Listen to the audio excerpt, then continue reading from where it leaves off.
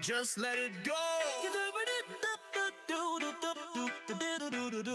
There's a heist in the making, but who's keeping score? A live service dream they built before. A treasure worth stealing, but hearts are so cold. They're digging for gold in a market that's old. Fair games, it'll change the world, but we've heard it before. It's all been unfurled, from Concord's collapse to the squad disgrace. Another live service, another rat race. So just let it go. Don't build this high. A castle of servers crumbles with time, stealing from the rich. Oh, what a thrill to give to the richer and foot the bill.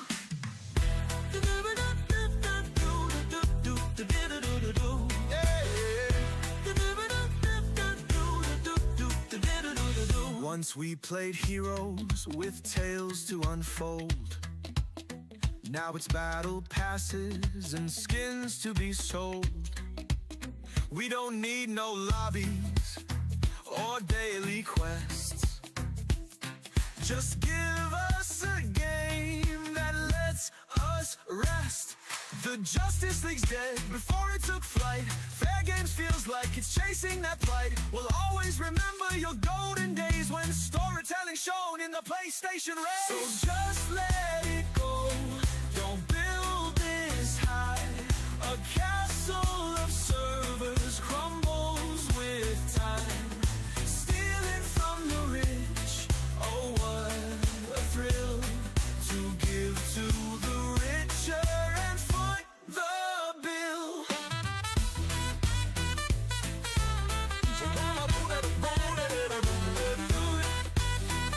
Oh no, oh no. Dum-de-dum, oh what a shame, oh what a shame. Scap-de-doo, burning through, yeah, yeah, yeah, yeah. God of War and The Last of Us, wasted money and work, no trust. Burning billions and blaming the boys. Herman don't care, he'll just go back to alloy. Fair games, it's just not your day. Leave live service to those who've lost their way. Sony, we're begging, just let it go. The world's had enough of this shallow show. Just let it go. Don't build this high. A castle of dreams should reach the sky, stealing from the rich. Oh, what a thrill to give to the richer and foot the bill.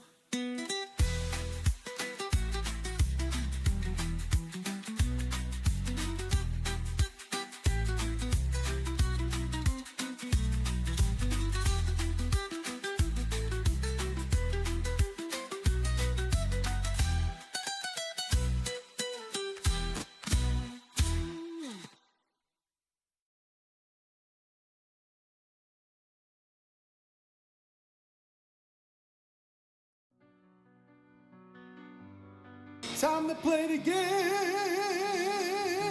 Imagine a hero shooter where the hero never showed.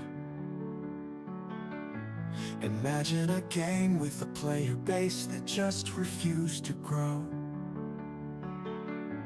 A 5v5 hero shooter with gameplay that's just okay,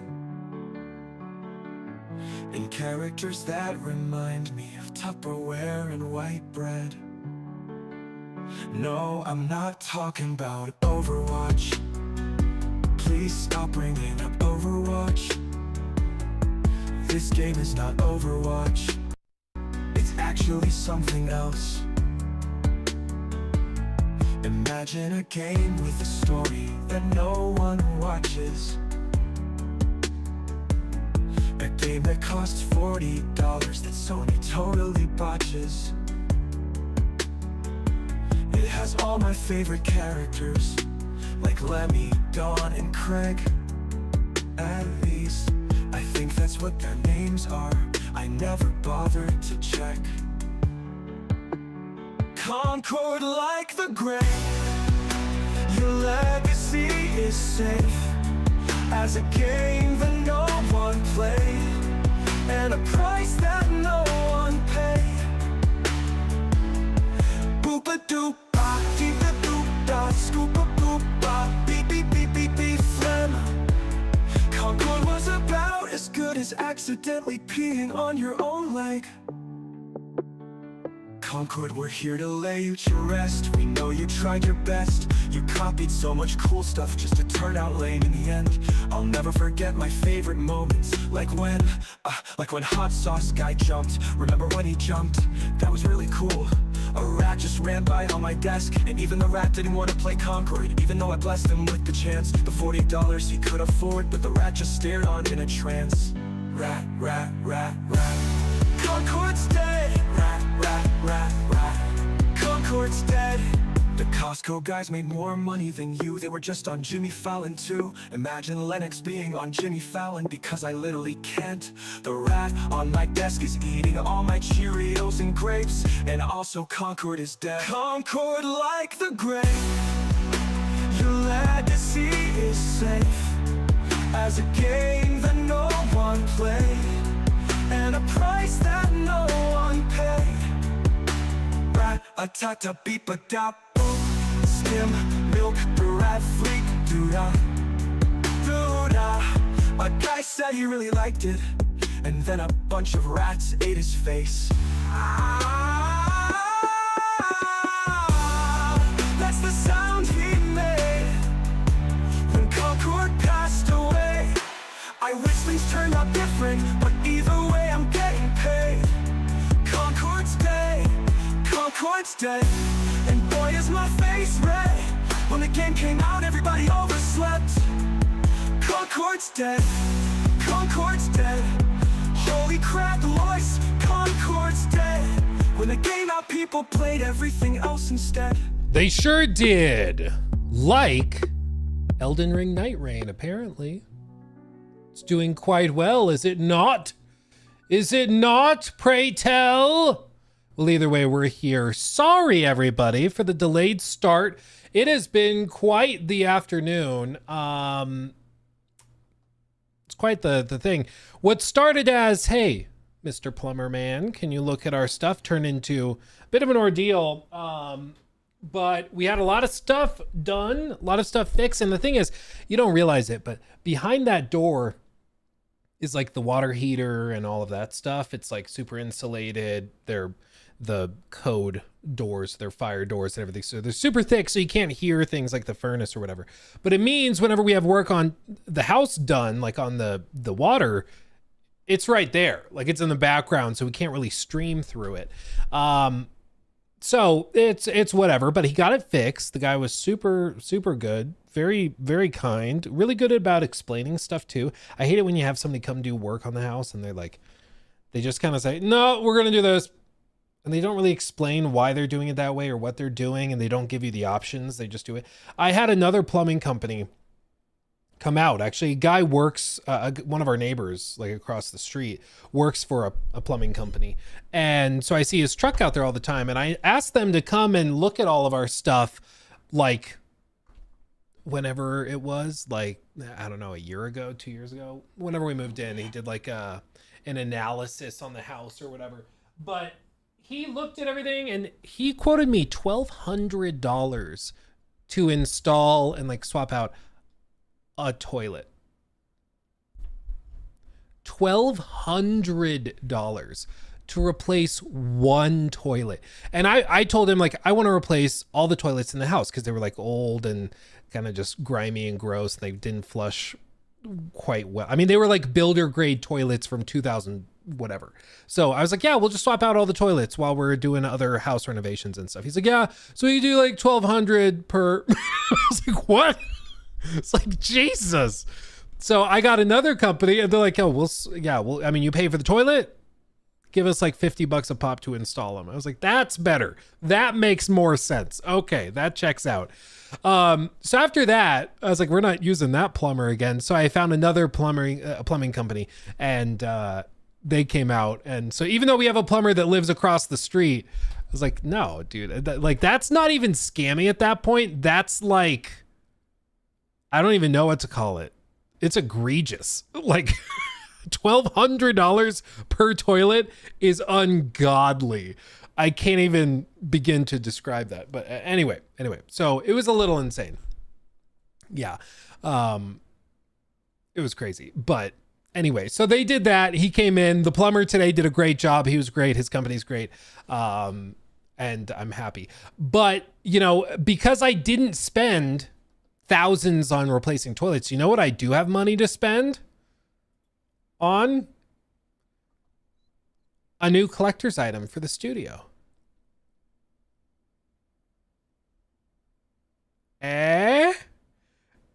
No, before anybody gets any ideas, I did not buy it. Okay. No, it's not me. I did not buy it. Okay. Time out. I did not. They've actually taken the item off. Like they delisted it.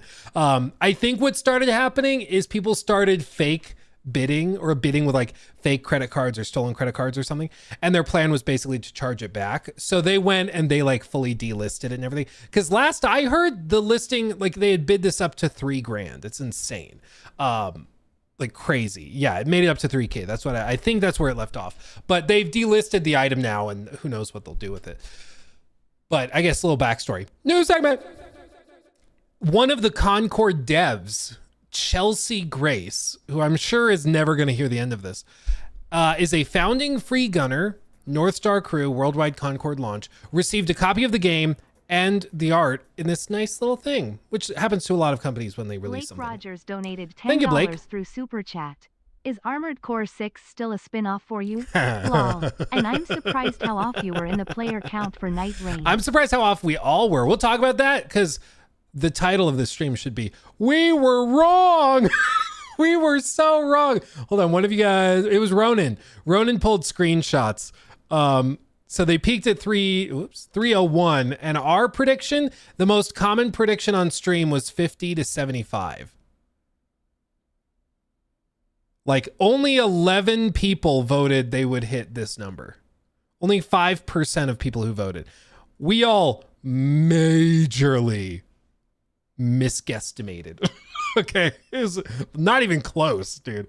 I'm mainly interested in like retention because what happened is I played it last night and I refunded it. Like I'm sorry, on PC at least, it's real buggy. The frame drops are insane. Like it's not ready. It's not ready. I might be the only one experiencing that. The Steam reviews are mixed right now. The PC port's not great. Apparently on console it's way better. So I'd recommend if you want to play it on console. But yeah, I'm interested to see how many people are returning like a week from now, you know, but it's going to be interesting. Either way, I mean, they sold 2 million copies. It's a lot. That's a lot. That's a lot. Maybe that's why it's mixed. If you read through the mixed reviews, like the ones that are negative, most of them are mentioning 2-player like duos. No duo mode, and they're mentioning the problems with like either performance or the problems with no voice chat communication stuff. So there's no shocker there. I was surprised though. I texted my buddies last night. I told them, I was like, I'm gonna read your messages on stream. Where is it? I texted them. I was like, hey, does anyone want to hop on Night Rain? Yeah, I said, anyone want to jump into Night Rain? And within 30 seconds, nah. From one, Corey goes, I'm not going to buy that game, to be honest. I'm watching a Twitch streamer play it right now, and it looks like it'd be fun for a couple hours, and then I would never touch it again. I was like, eh. So I wasn't able to get any of my buddies in to play it. They all seemed uninterested. But yeah, as for we did a stream clip of when we were talking about like Night Rain and the build up to all of it. And in that clip, I called Armored Core 6. I was like, Night Rain, if I recall correctly, it was like Night Rain is basically a spin-off project from like the core team. It's kind of like, you know, it's a spin-off of Elden Ring, right? And then I was talking about Armored Core 6 because I was trying to guesstimate player count. So I was like, oh, well, Armored Core 6 is like a spin-off project. And I pulled it up and said that like 15 times. And to be clear, Armored Core 6 is it's an Armored Core game. Okay, so it's a full game. What I meant by spin-off was a spin-off like Hidetaka Miyazaki project. He did pre-production and then he moved on to work on Elden Ring and like the expansion and stuff. And so I grant everybody it's not a spin-off. It's not what those words mean. I was mistaken in using those words. But dude, you would have thought I sacrificed a baby on stream. The way some of those people reacted, dude. I was amazed. It was so funny. I was like, okay, yeah, yes, I said the wrong words. I'm very stupid. I'm sorry. I'm so very sorry. very, very terribly sorry. But it is what it is. It is what it is. It's not a spin-off, everybody. Maybe we'll make t-shirts. We'll just do Armored Core spin-off. And we'll do it that way. Apology video. I had what was the Jake Paul? Okay, I can never, is it Jake or Logan? Which one did the forest thing? I don't remember which one. I can't tell them apart, honestly. All Paul brothers look the same to me. Was it Logan? Logan did it? Okay. Like, what was the exact verbiage? He's like, I had a severe lapse in judgment, I think is what he said.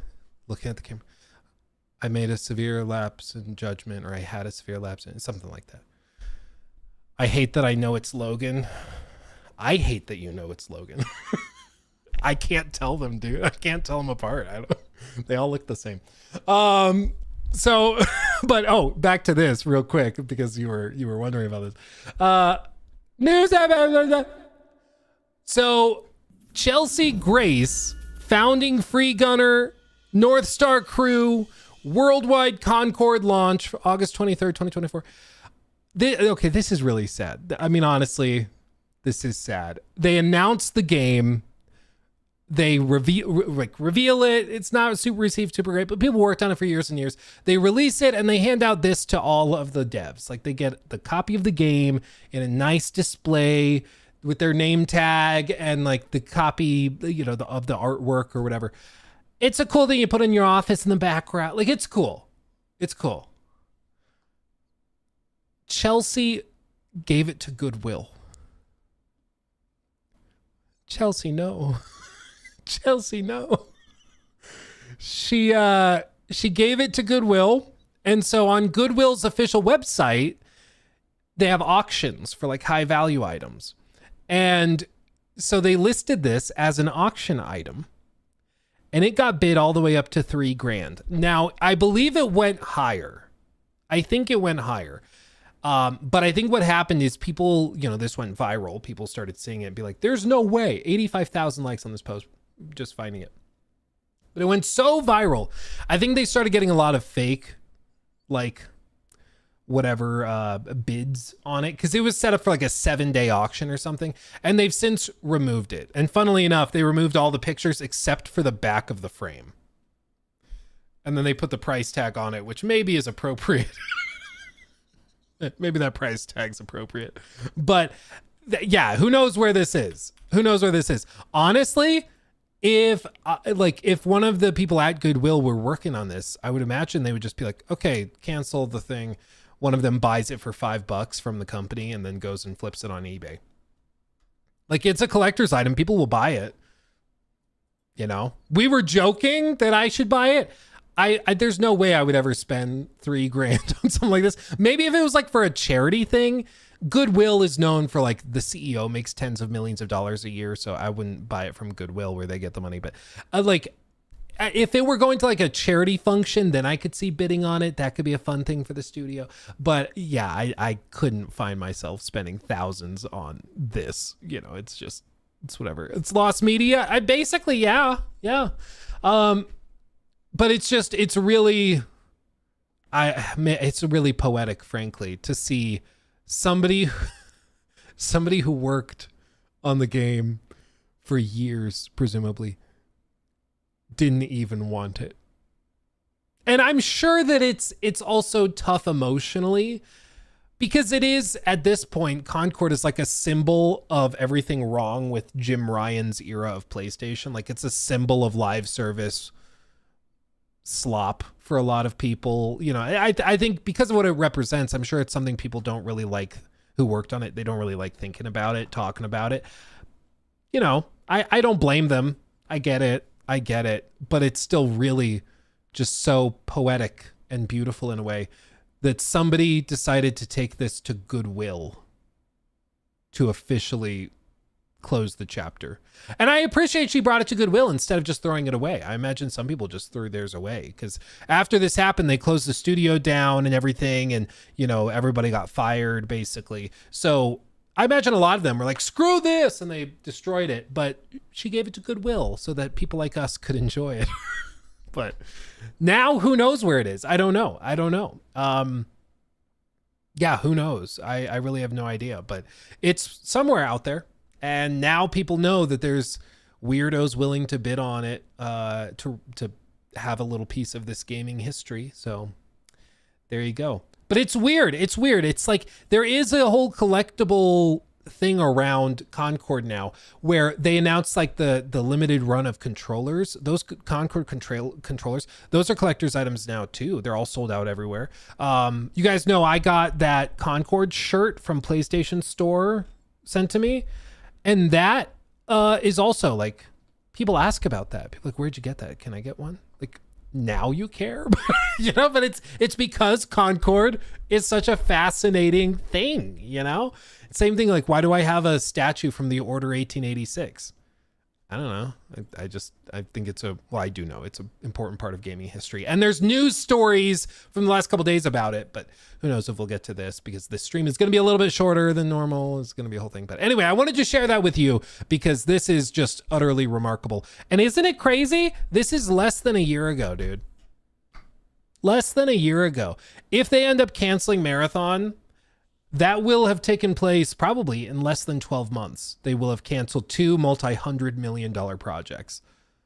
Like, it's unbelievable how this is just totally blown up in PlayStation's face. But, you know, this both feels like it was 5 years ago and like it was yesterday. You know, it's amazing. But it honestly, it feels like it was further back than last summer. But yeah, it's wild. Same with Suicide Squad. Suicide Squad only died officially in like December. Isn't that wild? Like only 5-6 months ago? 6 months ago, 7 months ago, we were eagerly awaiting the next Suicide Squad update. Now we don't get to do that anymore. Isn't that sad? Don't worry. I have a feeling like we'll get plenty of more games to make content on. Much to Jor's frustration. But maybe some of these live service games will end up being amazing. Maybe, but we'll see. Oh man. Also Limit Breakers, also thank you for gifting 5 memberships before the stream even started. Same with Luke gifted a membership as well. And Game Wires, thank you for the 2. We got some more Black Panther news on Bloomberg. Yes, I do have that bookmarked. I do have that. I also want to just show you guys this in case you didn't see it. We talked briefly about how like underwhelming The Last of Us season 2 has been. Especially because of like all of the changes to Ellie's character seem to just turn her more into a child and less like a revenge crazed lunatic serial killer, which is basically what she is in the video game. But they actually released this little snippet. They filmed the final scene with Owen game accurate, where they like struggle over the gun and then she kills him intentionally, which is what it is in the game. They filmed it game accurate, and then they reshot it later into the weird version that it is in the game or in the show, where it's like an accident. He like lunges for the gun, she shoots him, and then it goes through him and into Mel, and it's really weird. But they shot it game accurate. And then apparently Craig Mazin said, for this, Ellie is not really capable of killing Owen. You look at Bella and you look at Spencer Lord, he's 6'4" and just incredibly imposing. A physical struggle wasn't going to go well, and she's not there to kill them. She just wants to kill Abby. I remember saying to Neil that as effed up as that moment was in the game, I think it can be more effed up and not to be a tormentor. This is the thing. I would argue Ellie does want to kill them because they were present and didn't intervene with Joel. So already I disagree on your analysis of the character. But he's saying because the actor they cast as Owen is 6'4", and the actress that they cast for Ellie, I don't know how tall Bella Ramsey is, maybe like 5'6", I don't know. I have no idea. But is shorter than 6'4", right? Because of that height disparity, they chose to reshoot it to totally change the nature of the character. I mean, for one, this is showbiz, baby. You can put somebody on a step stool. I don't care. Okay, Bella Ramsey is not 2'5". Okay, come on. Come on. But like, put somebody on a step stool, you know, it's movie magic, baby. You can do whatever you want. Okay. We've all seen the videos of like, Tom Cruise, where people are like analyzing his boots to see how tall the heels are and stuff. We've all seen that stuff. It's fine. It's showbiz, whatever. But the second piece of this is that you chose to cast these people, okay? Like, if it's a problem and if it causes you to restructure the entire sequence, one of the most pivotal moments in the entire game and the entire story, and you're redoing all of that, making it worse, I would argue, because of the height disparity, cast somebody taller in the role of Ellie and or shorter in the role of Owen, assuming you don't want to use like a step stool or something. Like, I genuinely don't understand. Like, it's so stupid. I hope this is not the real reason, and maybe this is just him trying to cope after the fact. Because if decisions were being made to alter like story beats, significant story beats like this, like whether she intentionally is like going after certain people to kill them, or it's just kind of like an impulsive, I shot him, oops. Like, if these decisions are being made for reasons this stupid, yeah, season 3 is doomed, dude. Season 3 is doomed. And it's kind of stupid because it's like, what's her name? Caitlin Deaver is not a huge person. Caitlin Deaver is not like a 7-foot, you know, have you seen the video or the pictures of Brock Lesnar's daughter? She actually goes to the same college I went to. Here in Fort Collins, Colorado. And dude, you could have cast her, Maya. She's built like a tank, dude. Cast her as Abby. You know? Like, cast her as Ellie. Whatever you gotta do. There are physically imposing women out there. There's plenty. It's not my fault you cast somebody like 5 foot. You guys said 5'1", and then you said that, or they said that the other actor is 6'4". It's not my fault you did that. I like to change entire story beats because of the height difference in the actors that you chose to cast. That just doesn't make sense to like. It's so stupid. Like, there is literally no one to blame but yourself. And that's the reason you're changing that story beat. What's telling to me, though, is the reason I don't buy that excuse, they filmed it game accurate. They filmed it with Ellie being the aggressor in that situation. And then they reshot it later to neuter it. So I think, and it's more likely when you look at the whole context of season 2, I think they were just honestly worried that people would stop liking Ellie and stop watching the show because they stopped liking Ellie. So I think they tried to redo it to make it so she was less of the aggressor, less of the bad guy, and that it was just an accident with everything. And I just think that it totally misses the point. It totally misses the point. And I'm frustrated that Neil let Craig do a lot of that, because all of these changes end up going back to Craig. And he's the one taking credit for a lot of them until he realizes people are pissed about it. And it's really unfortunate, because if they're going to do that, it also means that they're going to probably do it with with everything in Abby's storyline as well. And it's just baffling. I've never seen a show that is about to make the right choice, in my opinion, and then just systematically undoes all of it and just continues to blow it. It really is amazing. Amazing. Beta. It's wild. So anyway, there you go. Make of that what you will. Neil made season 1 and it's good. Yeah, well, and the best, in my opinion, and the opinion of a lot of other people, the best episodes of season 2 are the ones that he was directly involved with. The ones that he was not super involved in, that Craig worked on primarily, like those are the episodes that really start to not work as well. And again, in my opinion, other people have agreed too, just saying. But Taylor Corder donated $20 through Super Chat. I am sick of the current lot of writers and showrunners in the business these days. The majority of them are straight up ruining IPs left and right. The most frustrating thing is that so many of them seem to have an open disdain and contempt for the source material. Best example is the Netflix show for The Witcher. It's amazing how you can have people that openly talk about how awful how awful the source material is.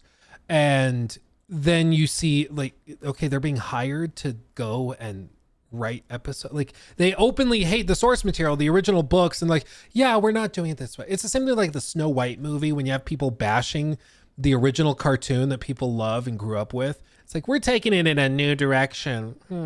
It's like, okay, shocker, people are not going to love that.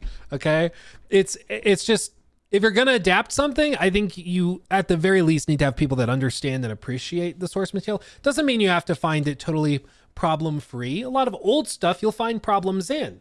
It would be weird, frankly, if you didn't. But if you have somebody that not just like doesn't appreciate, but like actively hates the source material, you shouldn't be surprised when the people that love the source material hate your product. You know, it's not rocket science. All right, think for that. These writers think they're superior. Well, I think they think that they can fix it. You know, they fix it. It's like, oh, well, the original story of Red Riding Hood was really problematic because, you know, wolves are people too. So you shouldn't show them eating people and doing vicious things. So we're going to fix it. And we're going to instead make it a story about friendship and companion. I realize I'm just describing Hoodwinked. That movie was fantastic. So not a great example, but you know what I mean. You know what I mean? Like, not every folktale story, fairy tale, whatever, needs fixing, you know?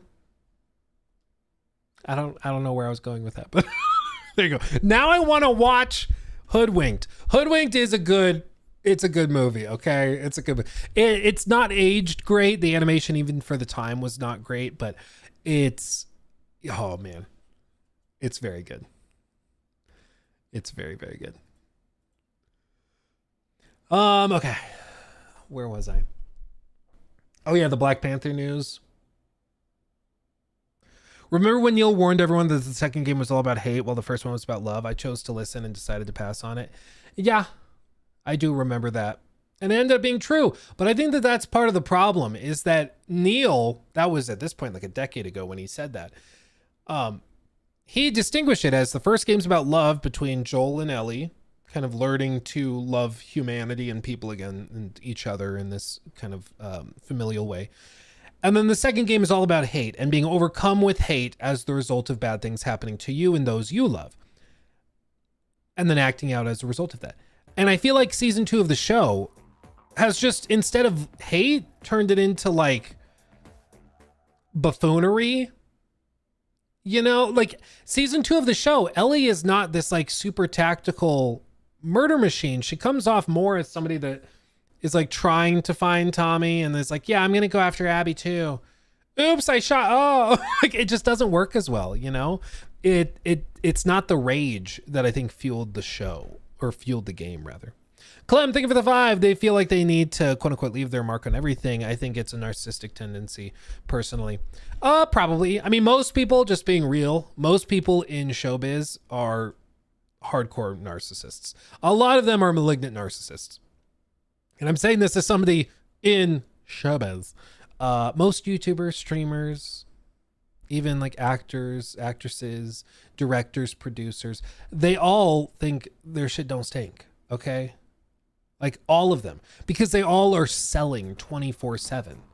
There's not a genuine bone in most of these people's bodies, you know, like a lot of the time, even if you think that, ooh, they're just the most genuine person in Hollywood. A lot of the time that also is a bit of an act too, you know? So it's just, Hollywood's a cesspool is the main takeaway, and don't trust or believe anything anybody tells you about it. Okay. It's all awful. It's all terrible. Auntie Parzival, thank you for the 5. This is what makes me worried about season 2 of Fallout. I mean, yeah. I'm braced for a lot of lore alterations that will trigger the crap out of people. Like, you don't even know. It's going to be insane. Because, yeah, with everything with New Vegas, I think they're going to start to retcon a lot. Probably not that much, and it probably doesn't mean the show is even bad. I just mean, like, for the lore hardcore people, it's going to trigger them, you know. I don't think it'll be as bad as like The Acolyte, where they're just like, oh, all that lore about lightsabers, yeah, whatever. I don't think they go that far. I don't think it's that bad, but I do think that they're going to fudge a lot of it, and some people that really know New Vegas inside and out are going to probably be frustrated, would be my guess.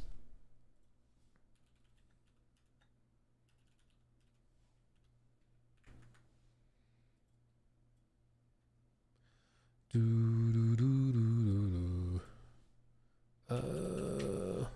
I know how to type? There we go.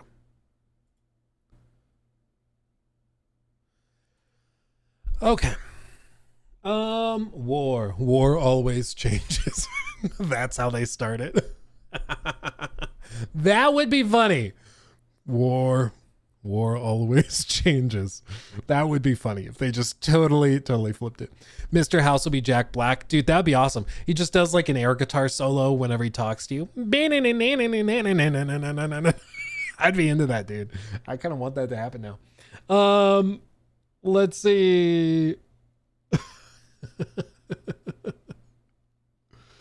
Cole, thank you.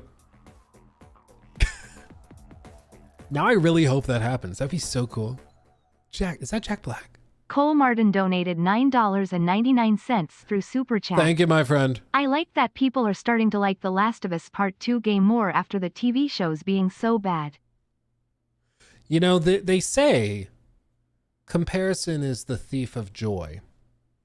But I think sometimes comparison can also make you appreciate things way more, because you realize it can always be worse. You know, it's like, oh, well, didn't love X, but 2X is really bad. So you know what? I guess I do appreciate it. You know, I guess I do. Taylor, thank you for 5 gifted memberships on YouTube. That's fantastic. Welcome everybody who just became a member. Join the Discord while you can. That's fantastic. Did I mean to rhyme there, Luke? I'm going to say yes, so I get extra credit, and you think I'm smarter than I am, but the answer is actually no. Oh yeah, Mr. Bits, hold on. Arak, thank you. Luke, will you react to the Selvin new video that's in Discord? Yeah, is that the one I commented about? Where was it? Links for Luke, I think.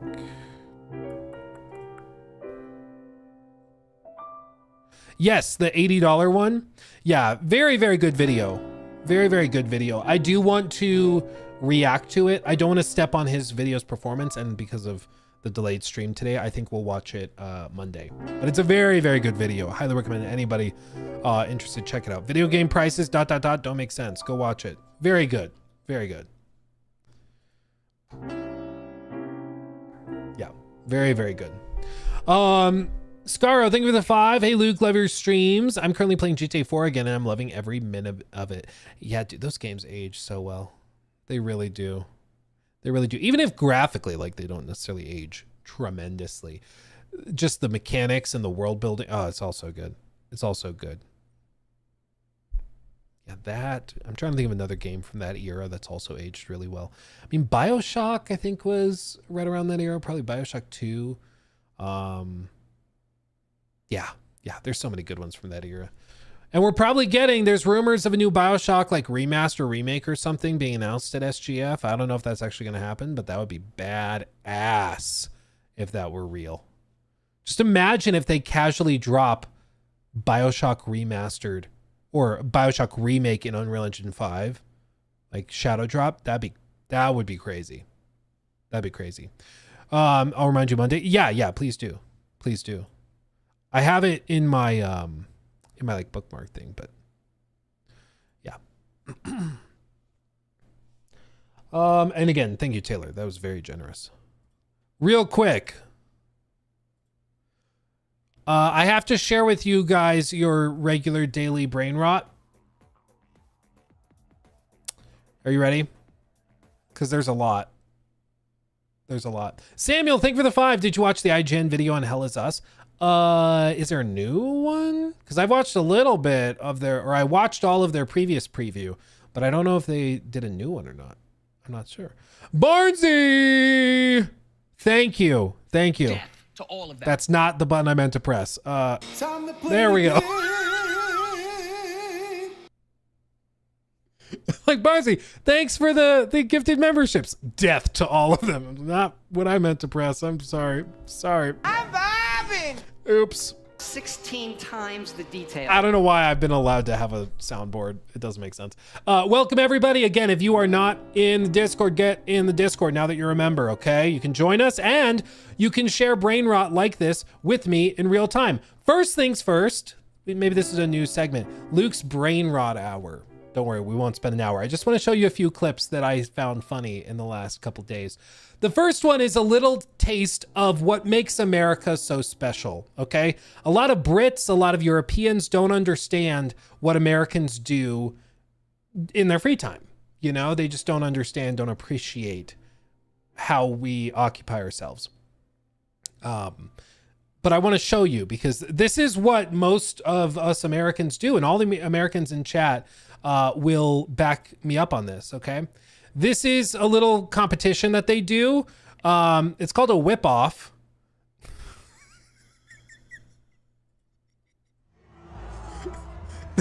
They literally are just two adult men that that just stand in a boxing ring and whip each other. You know, it's how you pass the time, you know? It's how you pass the time. The other one is, okay, this is really stupid. Okay, I'm just warning you. However stupid you think we're about to get, this is way stupider. People are, like, we looked previously at the Google, like, AI tools, right, to make videos and stuff. Well, now there are entire TikTok pages and YouTube channels that are being built to create podcasts run by animals or fictional creatures, okay?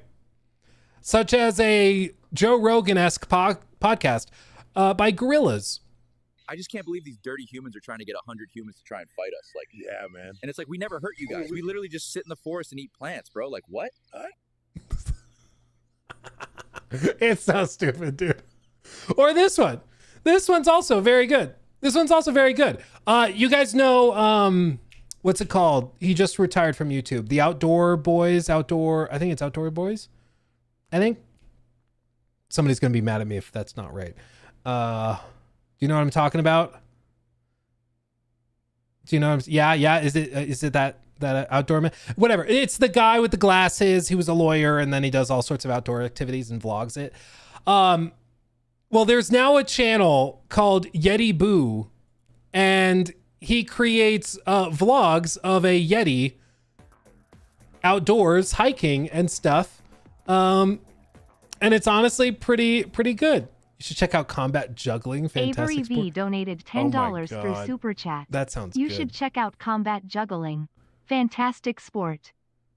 That actually does sound fantastic. I may have to Google that. Thank you, Cool Pandas, also for the membership.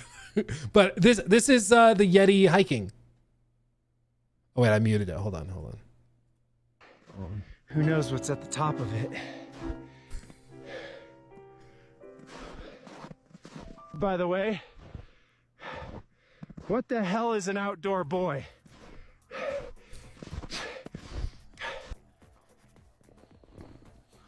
It lets the others know.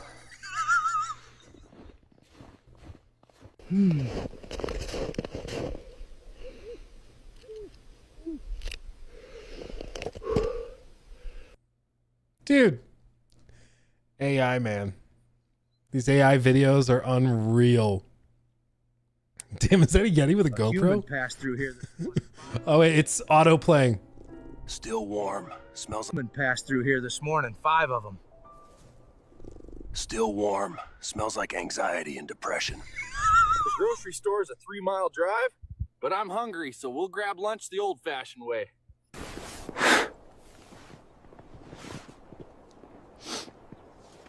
Should I start doing ASMR?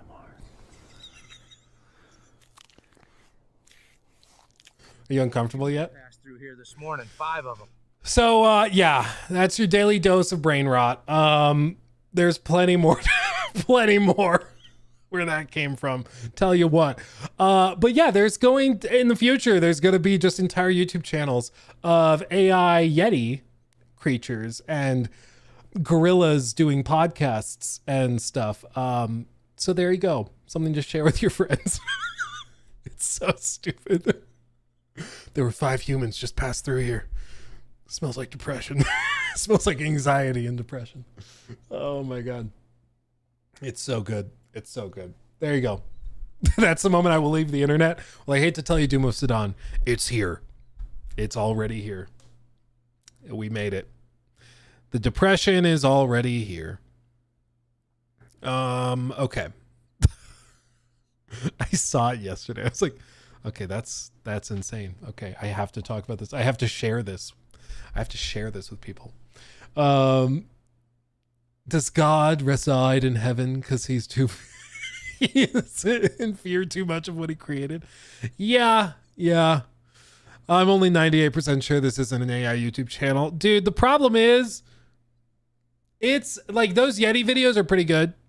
And we know it's fake because Yeti are not real.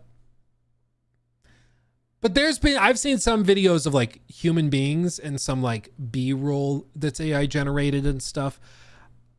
And it's getting real hard to tell, man. Like some of these clips are getting tough. They're getting tough to distinguish now. So just wait. Like in 2-3 years, it's going to be even worse. It's probably going to be half the content you see is going to be AI slop. It's just going to be nonsense. At least this is kind of funny. It's kind of clever. Like, oh, a Yeti vlogging. Yeah. How else would you do that? Like you either do it all CGI, which is going to be freakishly expensive, or you like get a guy in a suit with makeup, and that's also not super easy or practical. Whereas this, like somebody could pump out a 20-minute video of this in a day probably, or a couple days, just working through the prompts and stuff. And it's just insane, dude. But they're probably going to start trying to run like entire TV shows run with this. And it'll start with funny AI, like gorilla podcasts or Yeti vlogs and stuff that kind of disarms you to it. And then it's going to become normalized. They'll use it for everything. You know, it starts with something silly to get you used to it. And then it gets like actually scary. So yeah. Anyway. We can have a Yeti do ASMR, but can't have Bella Ramsey off a 6-foot man. Yeah. Can you believe we got a Yeti doing ASMR before GTA 6? Yeti do ASMR, but can't have Bella Ramsey off an 6-foot man. Yeah. That's just not realistic. The Yeti doing ASMR with an ice block. Now that's realistic. That's practical. That's comedy. Speaking of comedy, you want to talk about our predictions for player counts for Night Rain? You want to see? I love you, Luke, like a son. That's weird. Okay. Don't know how I feel about that. Not sure about that. Okay. A little weird. Moving on.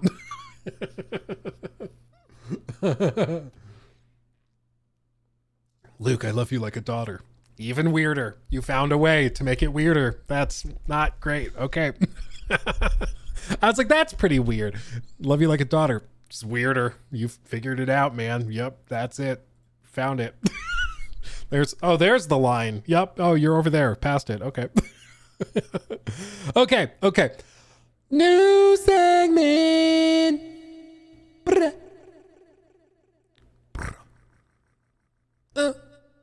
Okay. We were wrong, everyone. We were like super wrong. Like not even a little close. Not even a little close. If you guys were here, we did a kind of splash poll on stream 2 days ago on Wednesday. And in that poll, we put a bunch of options for peak concurrent player counts on Steam only. Okay, so not including Xbox, PlayStation, blah, blah, blah, but just on Steam. And, you know, this screenshot, Ronan came in clutch off of X. Ronan came in clutch and screenshotted the segment. So this screenshot is only a minute after the poll was posted. But the proportionality stayed pretty much the same, even as, you know, however many hundreds more people voted after. But what was crazy is the vast majority of people, like 46%, estimated that the peak concurrent player count was going to be between 51 and 100,000. You can see between these two, they make up about 46% of the vote. 47, about, I don't know. We were very wrong. Like very, very wrong. And I think, you know, I remember when we were talking about this, we were like, oh, do you think this is going to happen? We're like, it's going to get to half of the Elden Ring player count. Does it do a quarter? Like, what's the subreddit for Elden Ring looking like? Is the FromSoft community really into Night Rain, or are they more standoffish? And it seems like this is, I don't know, a sleeper hit. I feel like the people in my circle, my friend group, not really talking about the game. I told you guys earlier in the stream, I tried to get my college buddies who I play all these games with when we do co-op stuff. None of them wanted to play Night Rain.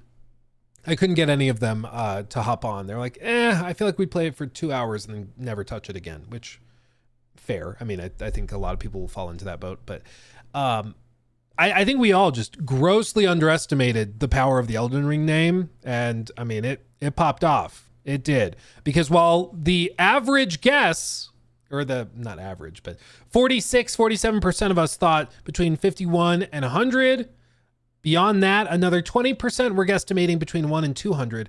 But only 5% of the people that voted this early, only 5% were actually in the right range.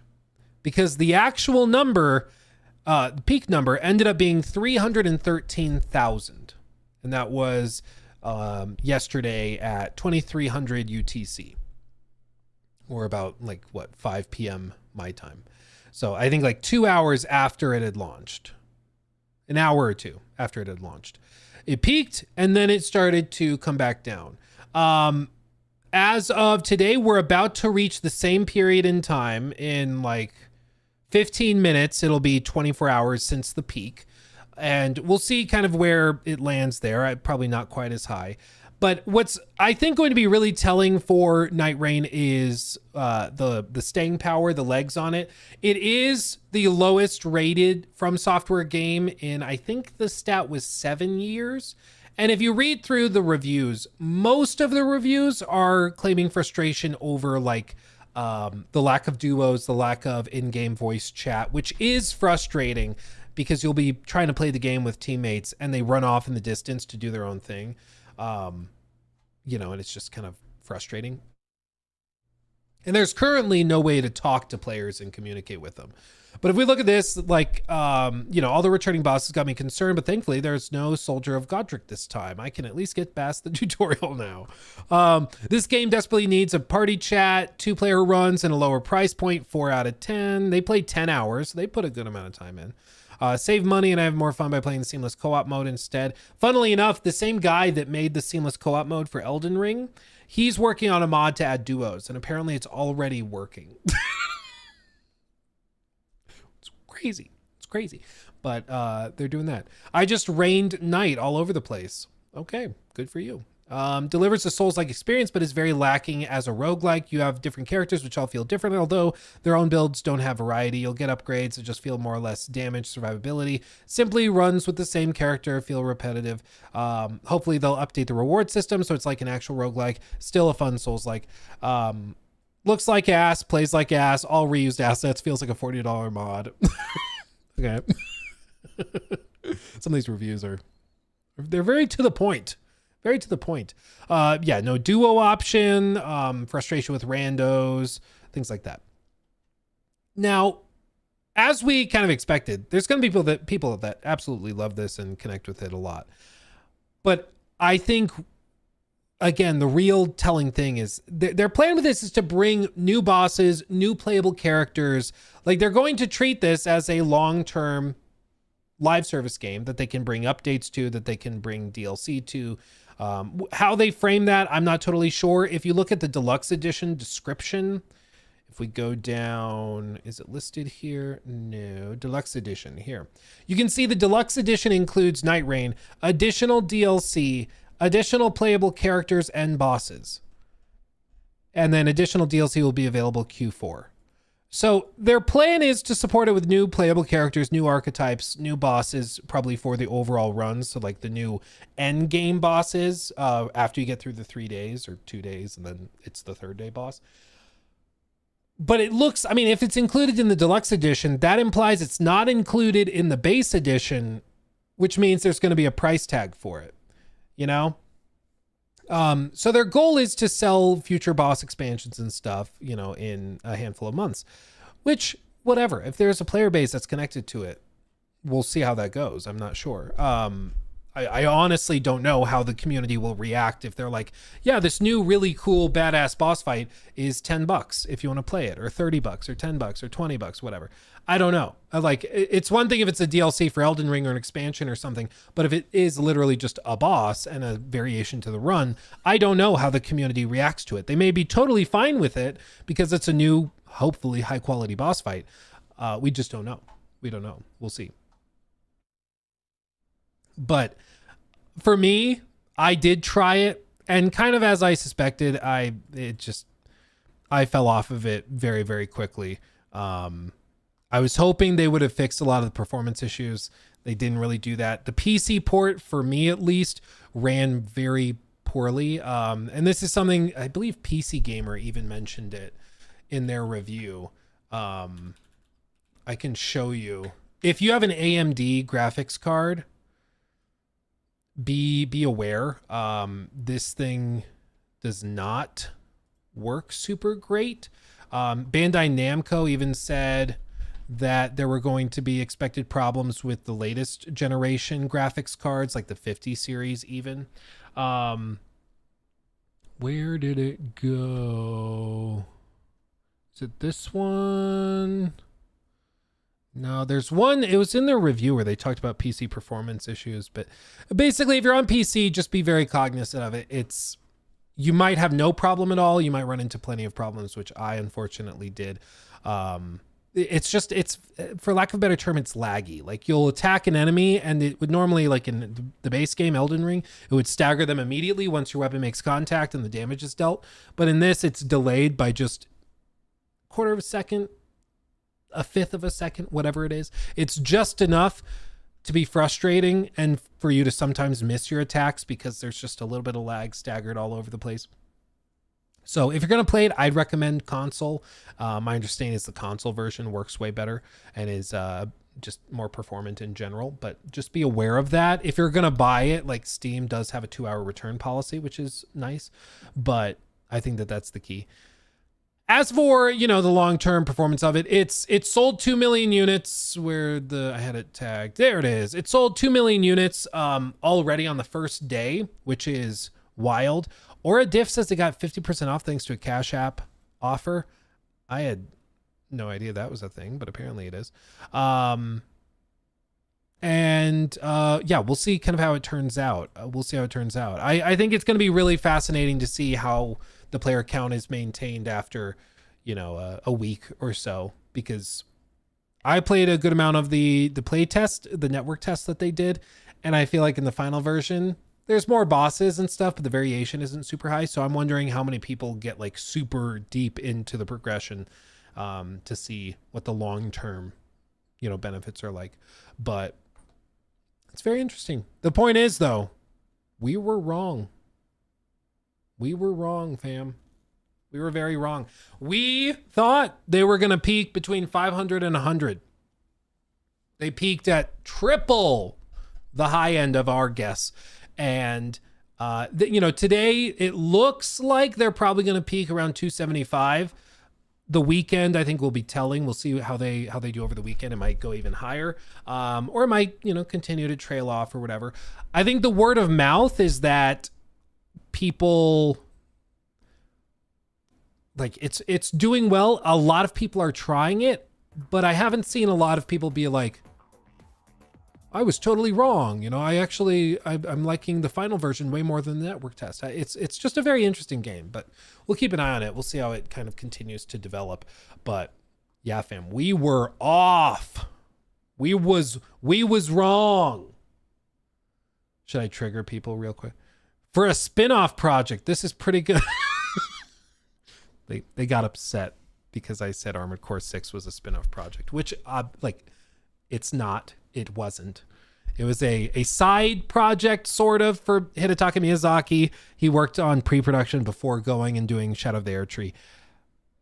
I said spin-off when it wasn't technically a spin-off. I get it. This is technically a spin-off. It's a spin-off of the core Elden Ring brand. I understand it's also a standalone product. So people are like, it's not a spin-off, it's a standalone. Okay, like is the Lost Legacy not a spin-off because it was sold by itself? Like, what are we doing? Like, what are we doing? I swear to God, some people just want to be upset. Who did this? Nico.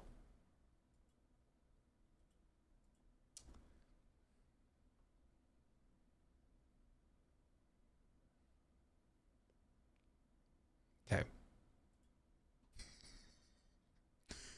We really got Yeti Luke Stevens before GTA 6.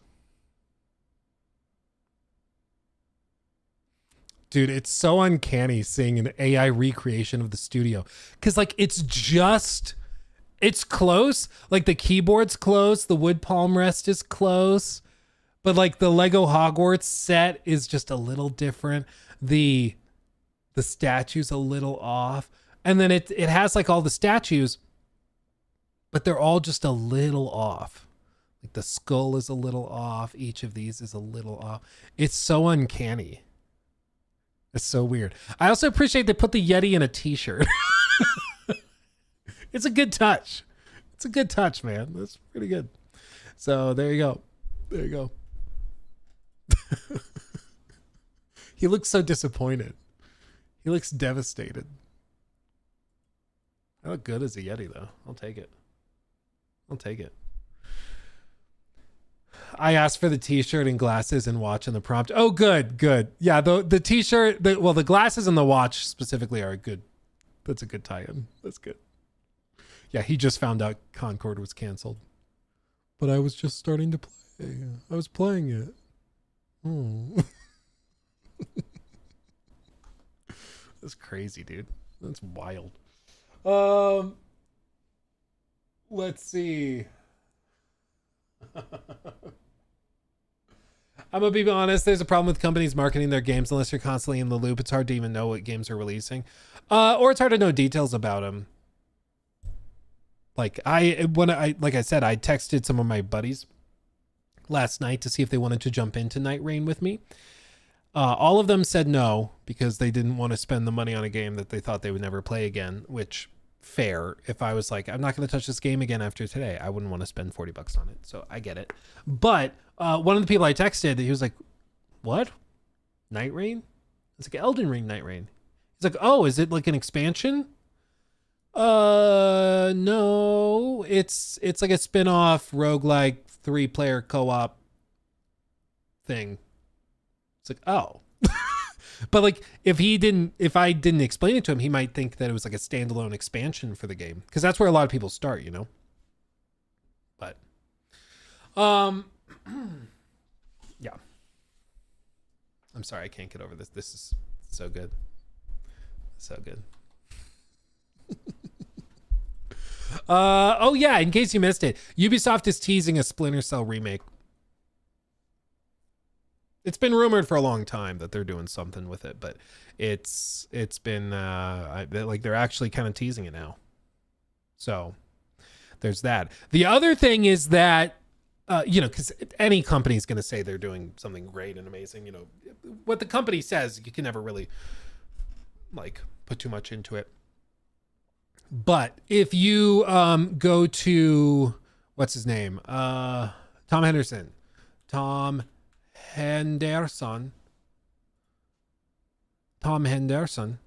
you can see, he said, the remake looks genuinely impressive from what I've seen. I hope we hear about it sooner rather than later. This pic isn't the remake, obviously. The remake, I was the first one to report on it, which made Ubisoft to officially announce it was in development. Yep. He says that it's good. Like, he says it's good. So we'll see. We'll see. I want me some Splinter Cell. I'm telling you, dude, like, people forget how many, like, fantastically successful IP Ubisoft owns. And if they can remake that and cash in on that nostalgia, dude, they'll make Bethesda money. They'll do okay. They just have to, they got to get on it. Like, stop wasting time on these games nobody's interested in and start monetizing nostalgia. We all joke about it. You know, we give companies crap. You know, there's the jokes that write themselves. Name the last 5 games that Naughty Dog made. Okay. The Last of Us. Okay, you win. Like, the jokes write themselves with remakes and remasters and stuff. But, like, they make them because people buy them. You know? People buy them. And if somebody is buying it, it's because they want it. Nobody's forcing somebody to buy a remaster or a remake. So, and it's why I've said for a long time, the Black Flag remake is such a slam dunk, assuming it doesn't suck. We have to put that out there because there is a possibility that it sucks. You never know. We got to be cautious. We have to be ready for that possibility. Because unfortunately it happens. I just got jump scared by myself. I switched tabs and oh my goodness. Okay, we have that. We'll talk about that. Oh yeah. I wanted to touch on this too. Hold on. And then we'll talk about the Xbox showcase and handheld, because that all happened. Oh yeah, and then the Hell Is Us brings, okay, we might have time for Hell Is Us because they're doing like a beta. Okay. So, news about Reanimal. I did see trailers for it. I haven't done a ton of digging into it, but yeah, I did see a trailer for it. Unfortunately, Kaito Kun and I don't have a ton to say on it. Let's see. From Kelski, maybe hype for our creators. Could you please watch this? I can pull up another tab. We might not have time for it today. There we go. I have it pulled up on another tab. We might not have time for it today because we started so late because of the plumber being here. But I will pull it up in another tab. Okay. So thank you for the 5. Okay. We're caught up there. My OP-ness. Nice. Welcome and thank you for subbing with Prime. Thank you. Thank you. Thank you. Please do more reaction videos, says Ark. I'm always... Why is my network all of a sudden crapping out? Come on. I'm always open to reacting to stuff. My thing is I just don't want to step on anybody's toes who's a smaller creator. So I want to make sure that they get something out of it too. I don't want to do that thing where, like, you know, 100 million sub channel is watching a video of somebody with like 1,000 subs and totally trouncing over their video. In my experience, when I've had big YouTubers and streamers react to my content, it generally helps. I've never seen like, my video's doing well, streamer watches it and then it tanks. I've never had that happen. Usually it actually helps because my audience is my audience, their audience is their audience, and so them watching it is just going to lead to spillover. But not everybody feels that way. You know, my point of view is if anybody wants to watch or react to one of my videos, please do. I'm glad to just have people watching it. But I know there's other creators who don't feel that way. So I want to respect their wishes, which is why we often do reactions to like IGN or like big companies and big ones. Like, because like if IGN loses 5% of viewership on their videos, they still have millions of views. Like, you know, it's not moving the needle a lot. But yeah, you get what I mean. You get what I mean. How do I join the Discord after becoming a member? Just go into your Discord settings, like account settings. There'll be a tab labeled connections and just connect your YouTube account to Discord. And then you'll automatically get an invite for being a member of this channel. Same goes on Twitch. You just connect your Twitch account. And then Rick Deca, thank you for subbing with Prime as well over on Twitch. Thank you. Discord connection join is broken. We've had people that just disconnect everything, fully close Alt F4 the Discord app, reboot it and reconnect, and then it works. So Seth, thank you for that. Luke reacts to Democracy Manifest Man. That sounds familiar. Is that a video? Is that a thing? That sounds familiar. Mendez, how's the pup? He's doing very well. He had his first vet appointment yesterday. He did very good.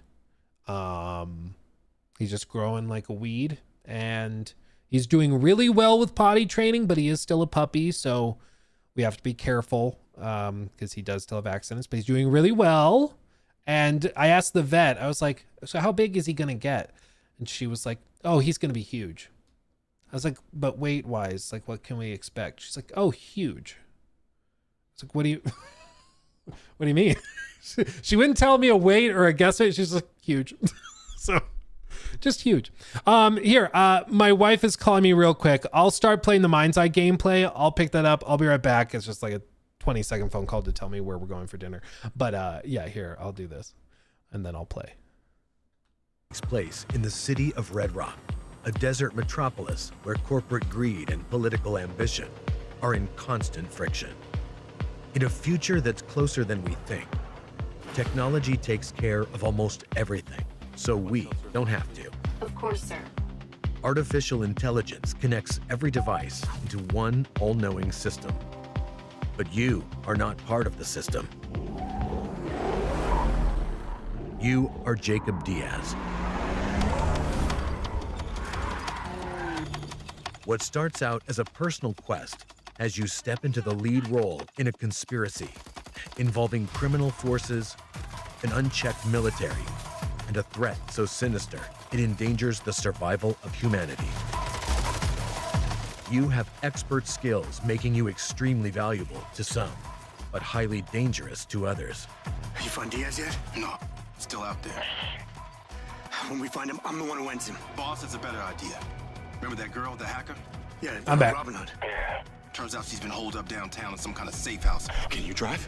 Can you shoot? I can. This video about Mind's Eye. Mind's Eye, we did some reactions to it because it's fascinating. This story is fascinating. I mean, there's the obvious jokes that kind of write themselves. People are like, oh, well, it looks like a video game somebody's playing in the background of a movie, you know, where it's like supposed to be GTA, but it's not. It does kind of give off that vibe. In the video I did on the big channel, just Luke Stevens, I talked about this and I tried to break it down because everything with this game is really bizarre. Basically, broad strokes, really, really simple. Before we talk about the specific thing I want to bring up, this was supposed to be part of a project called Everywhere. Everywhere was announced originally in 2022, and then it was officially revealed with more detail in 2023. But like, this is one of the original trailers. You see it's everywhere. And it's this like Fortnite-esque platform for building your own little games and experiences. Basically what they wanted to do is have you load into one game, and that game has a racing mode. That game has a building mode. That game has a parkour mode, a concert mode, a social mode, a battle royale mode. It's starting to sound a lot like Fortnite, right? Well, they showed off this trailer with a bunch of these little snippets and stuff. And then at the very end of the trailer, this happens, okay? It kind of glitches out.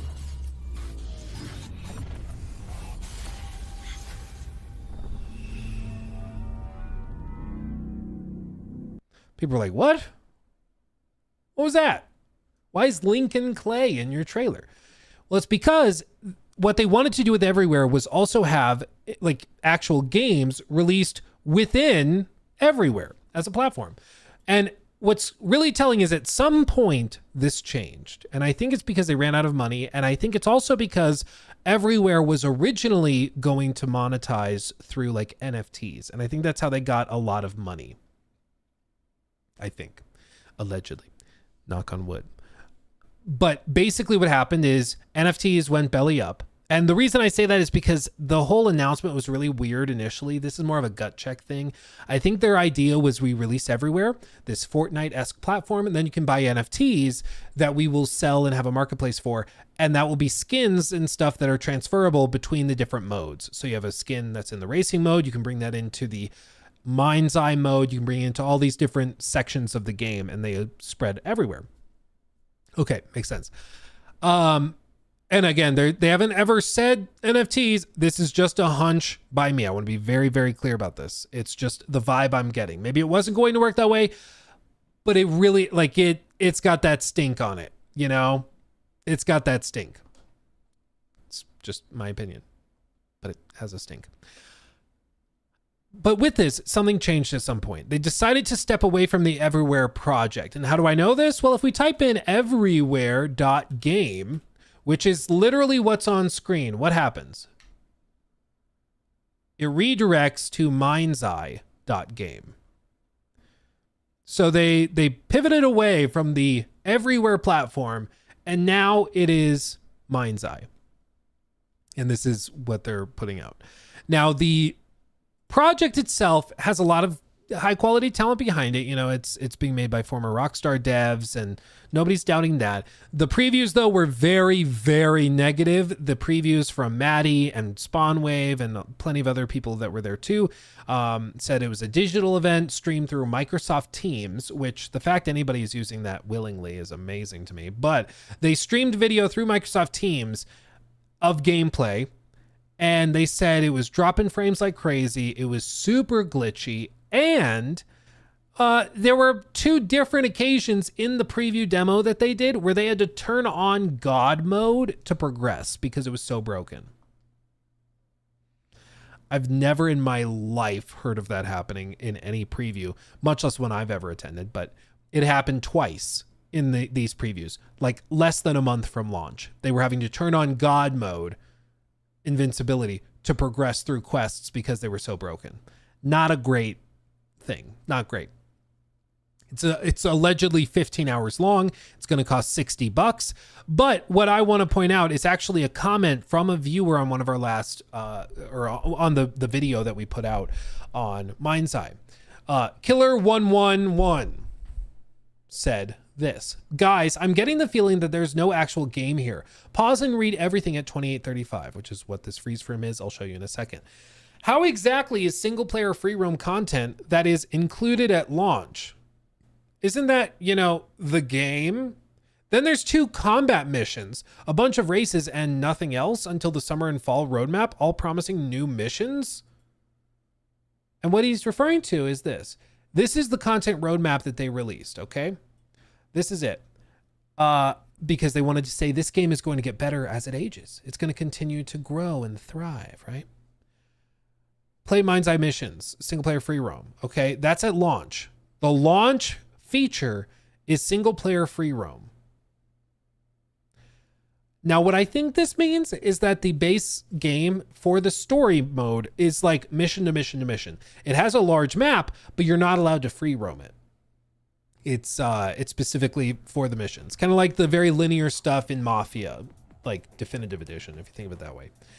And so one of the features they're adding and selling to you as a perk of getting the game at launch is that it will have free roam available. So outside of the story missions, you can free roam.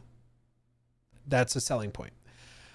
Beyond that, this is what's also confusing. This is part of the free pass, by the way. So they have a free pass and a premium pass with separate content.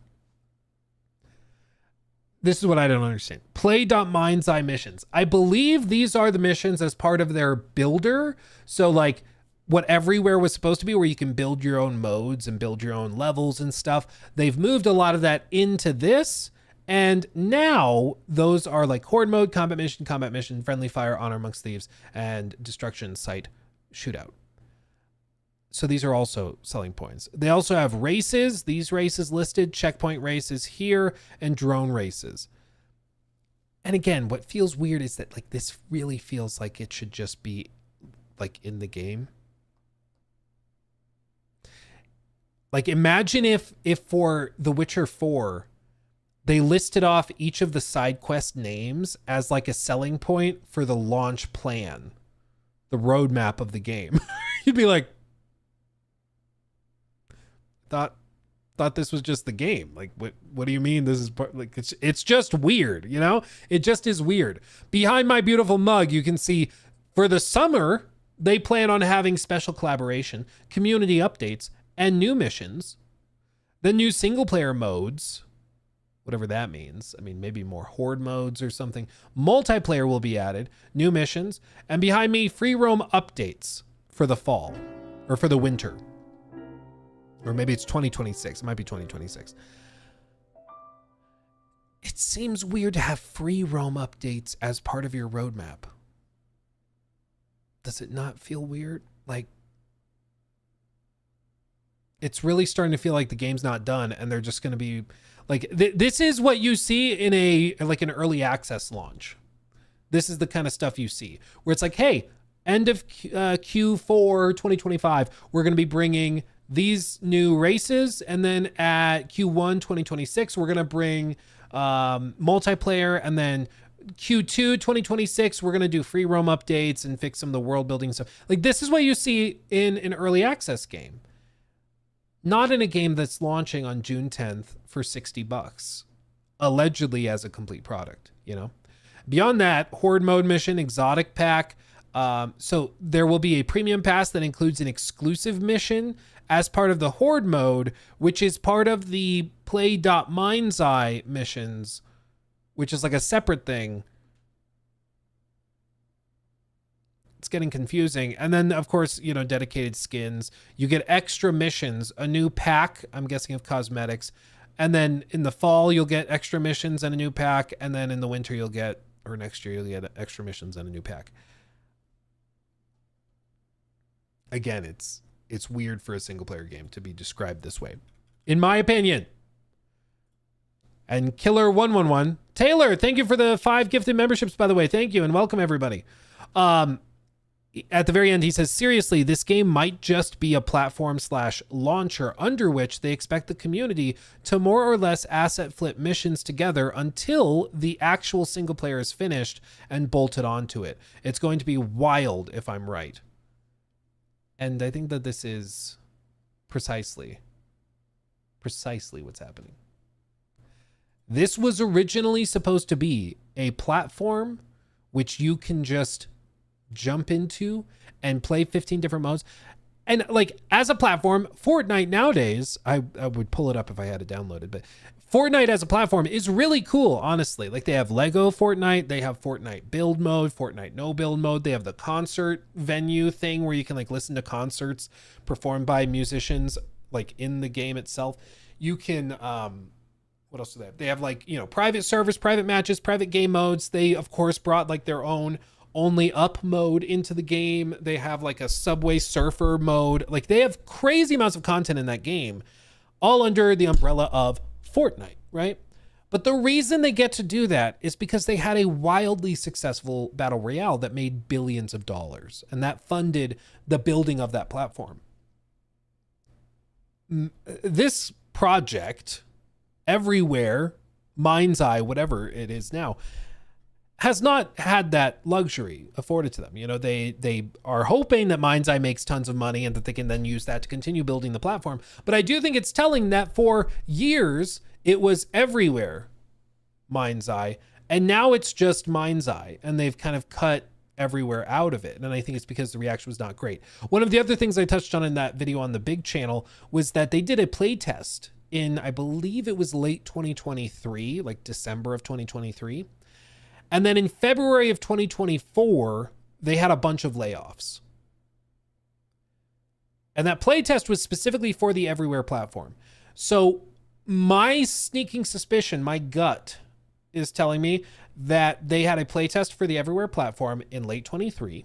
It didn't go well. People were like, yeah, I can't see using this. I don't think it's very fun. I don't see spending money on this. Fortnite's just better. Like, I don't see using it. And then they laid off a bunch of people, pivoted in early 2024, and decided instead to focus on Mind's Eye, and that this would just be a standalone game. They're like, okay, that was experimental. Let's build it into Mind's Eye and then maybe spin it off from there. And they decided to put all those eggs in that basket. But now that they were pivoting away from this Fortnite-esque platform and they were just making a traditional video game, a lot of investors started to get frustrated and pull their money because they were like, I invested in a Fortnite platform, not in just like an action adventure game. So I'm not giving you more money. And now they're desperate. They have to get it out because they're running out of money to fund things, and they've got to get it done by June 10th.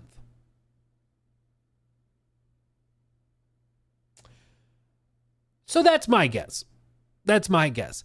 Maybe this ends up launching and it's wildly successful. Maybe it ends up launching and it does, you know, it makes Night Rain look silly, and it does like 5 million copies in a single day, and it's got 1 million concurrent play. Like, who knows? Maybe. I wouldn't say it's likely, but maybe.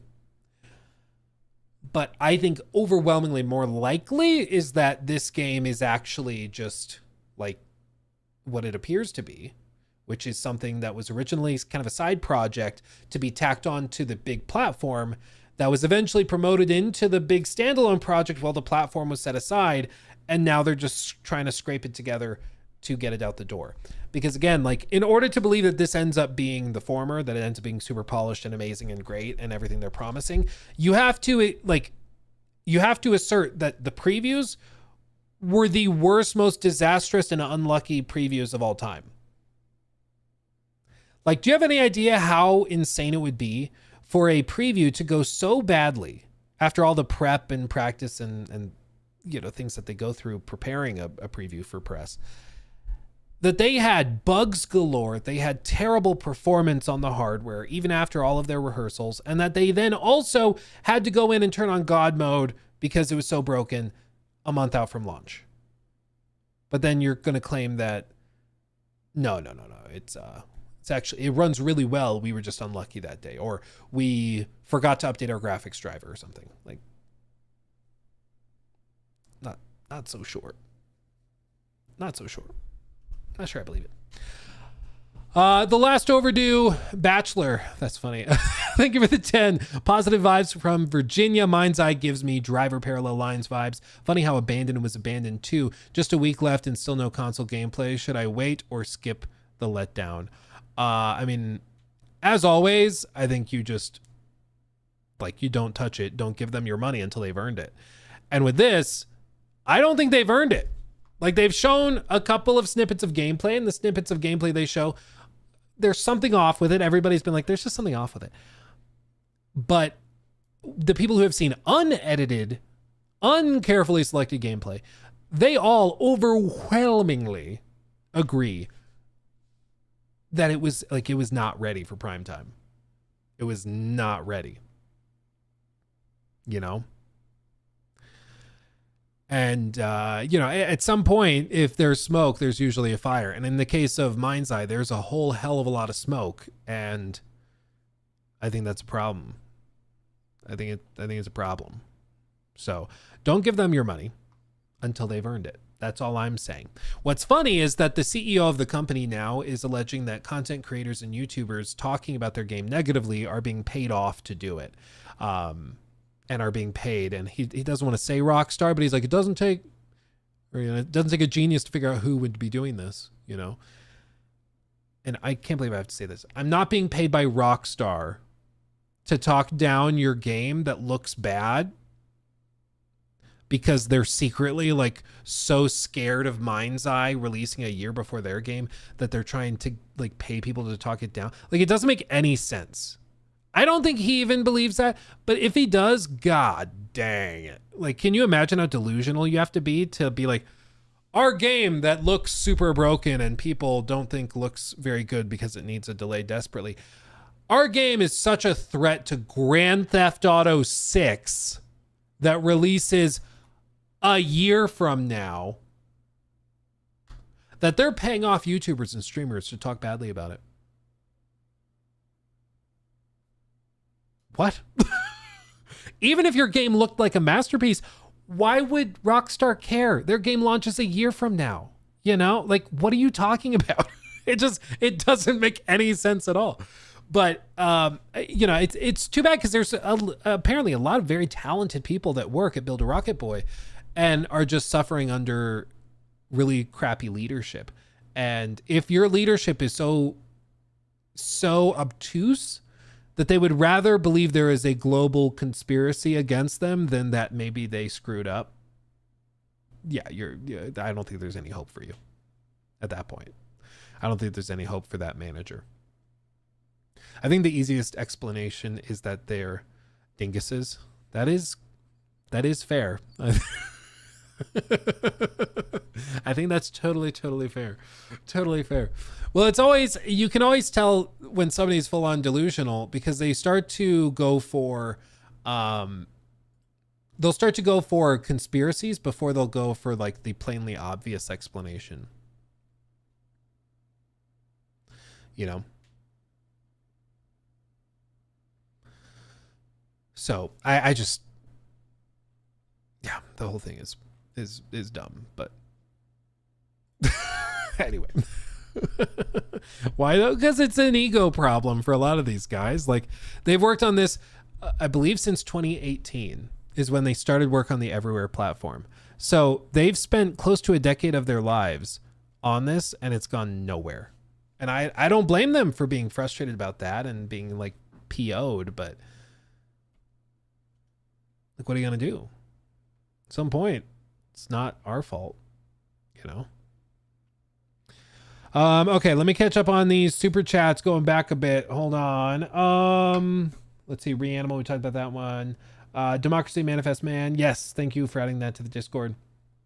Real serious. Thank you, Luke. Do you remember PlayStation Home? I feel like it was the first approach of a sort of social hub within a game, but it also had a ton of worlds and mini games, and you could have your own house. I think there is an audience and there is a community and customers interested in big social experiences like that. I mean, GTA Online for a lot of people is that. And there's plenty of other examples of it too, you know, of other games that have done similar stuff. So there is an interest in it. It's just to do that in 2025, you're competing against Fortnite. You're competing against like the juggernauts. And if your game is not on that level or doesn't offer something really, really unique, it will fail. And I feel like some of the basic decisions they made in terms of styling, like, I understand you have a guy that used to work at Rockstar, but you're not going to compete with GTA Online. You're not going to compete with Grand Theft Auto. Like, you just can't. So by making their game like a crime thriller that's more photorealistic than stylized, that is just going to draw comparisons, and you're inviting yourself into those comparison videos where I think it's going to be pretty clear. I can already see in my mind the comparison videos of Mind's Eye versus Grand Theft Auto 2013 version. Like, I can already see it in my head that people are going to be doing those videos. And we'll react to them. And it's going to be funny and very clear. But it's just, that's how it is. Once you step into that arena, you don't get to complain about the comparisons being made anymore. You know, it's the same reason why we said back in the day with Starfield, like Starfield going into the same genre as a Star Citizen, or as, which Star Citizen you could argue, maybe not, but even as like No Man's Sky, you're going into like the space adventure genre, you're going to get compared. And if the competitors are doing certain things better, or even big things better than you are, that's going to get you called out. You don't get to then go and complain, well, yeah, No Man's Sky has seamless planet surface to like atmosphere flight and stuff. Yeah, they have that, but we're a different game. We don't do that. It's like, well, you decided to go head to head. Like, you entered into this genre. You're going to be compared in the genre. I think that's fair. And it's why it's good when a game comes along and raises the bar, you know, because it makes all games better. Like, if you currently release a turn-based fantasy RPG, you're going to get compared to Baldur's Gate 3. You just will. I don't think that's bad. You know, it's going to push you to do even better. And if you can't compete with it, maybe, you know, take on something that is a little bit more manageable. It's not going to drown you, you know? Gene. They're putting me in the game. I'm one of the cars. Gene Starwin donated $10 through Super Chat. How much are they paying you to say this? Luke, how much are they paying you? Oh, I was hoping it would read it differently for being all caps. Answer the man. Yeah, I'm in GTA 6. I'm going to be one of the hubcaps of one of the cars. Yep. Spin real fast. Gabe Kane, thank you for the 5. An AI rap song called God Mode inspired by Mind's Eye would go crazy. Ooh, that's a good idea. I do have a feeling we'll need to make a song for Mind's Eye once it releases, so just buckle up. Buckle up. Silver Lightning, thank you for 14 months. Don't give Bethesda more ideas. Yeah, I'm sorry. Taylor, again, thank you for the 5 gifted. That was very, very generous. Maxwell, thank you for the 5 as well. Talk about Star Citizen and the current rumor that they are making a port for current and next gen consoles. Ooh. I will have to dig into that. I have not heard that rumor, so I wouldn't really be able to talk about it. I will say they need to eventually, like for example, Squadron 42, that needs to go and end up on console in order to be profitable. I think they need mass market appeal for it. As for the persistent universe, I'm not sure how that works on console. And the other thing that's really tricky is that a lot of their like monetization models, I'm pretty sure, break TOS for most console manufacturers. Like, PlayStation wants their 30% cut of your $15,000 ship. So I'm not sure if they'd be able to do it. If it's just Squadron 42, that works. You buy the game, you play the game. But yeah, I'm not sure if you could get the persistent universe on it.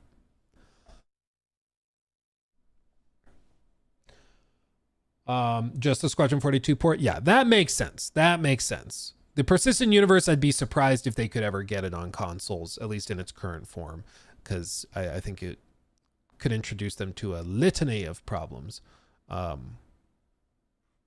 So, yeah, I think that's tricky.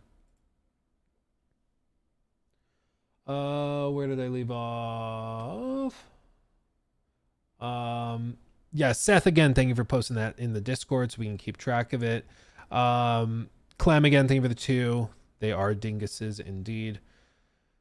Yes, our game, Silver Lightning with a 10, thank you.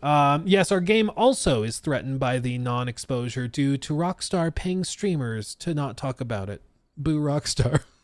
Yeah. Well, again, it's so delusional. It's just so stupid. It's like, you think about it for 10 seconds and you can put together, no, that doesn't make sense. They're going to do all of this to avoid your game launching a year before theirs, or at least avoid their game doing well a year before your, like, what? It doesn't make any sense. It doesn't make any sense. Jimothy, where are you going for dinner? It sounds like we are going over to the in-laws. So it's going to be good. I have to figure out if we're going to bring the, doggy over. Because for one, I have to make sure if we don't, he has to have enough time.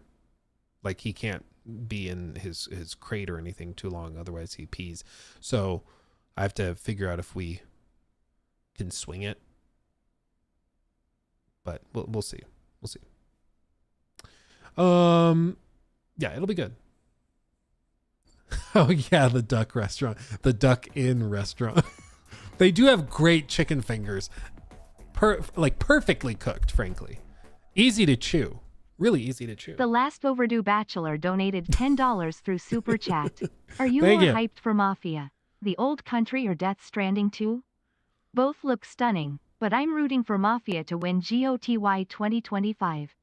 Feels like it'll deliver that classic scripted story.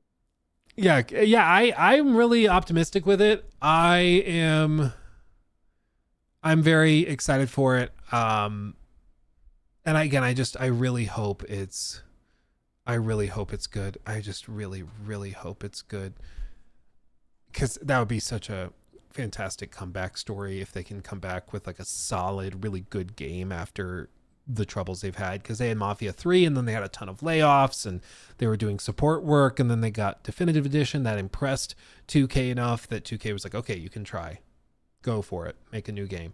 And so yeah, I really hope that it's good. I really hope it's good. Fingers crossed, man. Yeah, it's going to be tough to beat out Expedition 33. I will say if it beats out Expedition 33, it will be one of the most incredible games any of us have ever played. So it's going to be tough. You know, if Expedition 33 is one of those games, if you lose to it, you should not feel bad, okay? Like you really should not feel bad if that game beats you. It's like Mike Tyson knocking you out. There is no reason to feel bad, okay? You should be proud, frankly.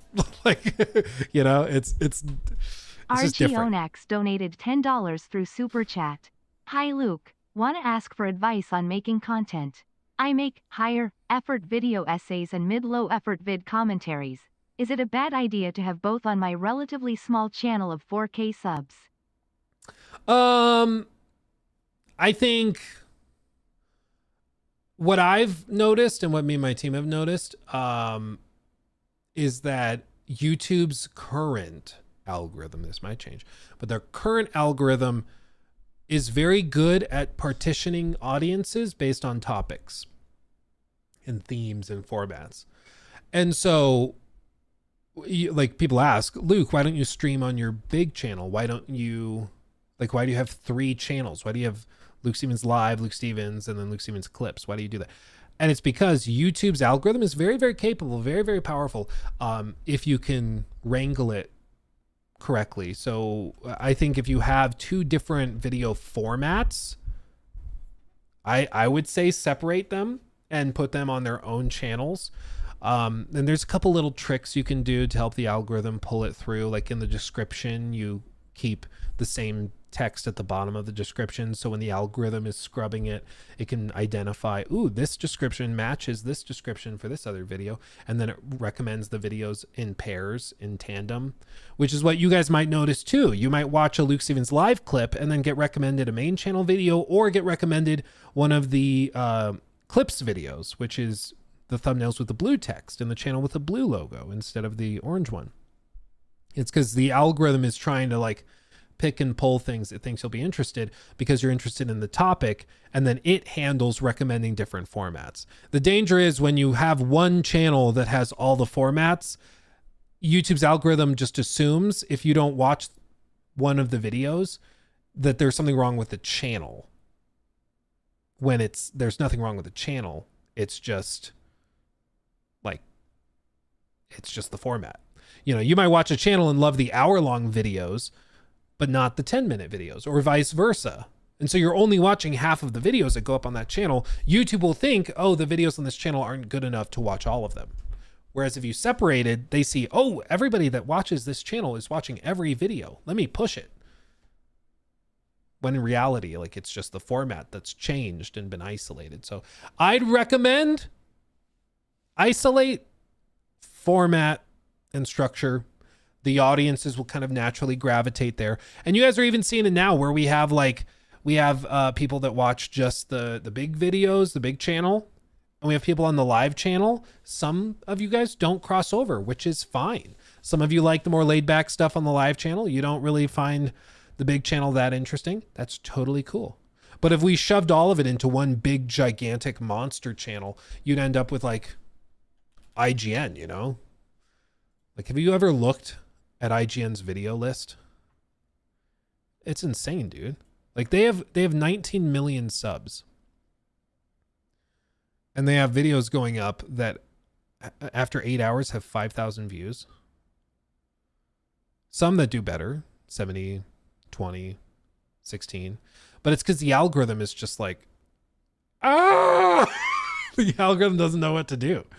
Like if they added their own trailer channel, they had their own interviews channel, they had their own analysis channel, you know, journalism channel. If they broke all that up, movie trailer channel, if they broke all that up, that would go, in my opinion, I think way, way better. But if you don't, you just end up with this chaos, which is just an ocean of stuff. And if you're a fan, like, how do you deal with this? You basically are only going to be searching for stuff. You can't even go to the channel page. You can't even rely on those recommendations anymore. So, anywho, they can't even record a video, Luke. Yeah, dude, for real. Yeah, that's fair. That's totally fair.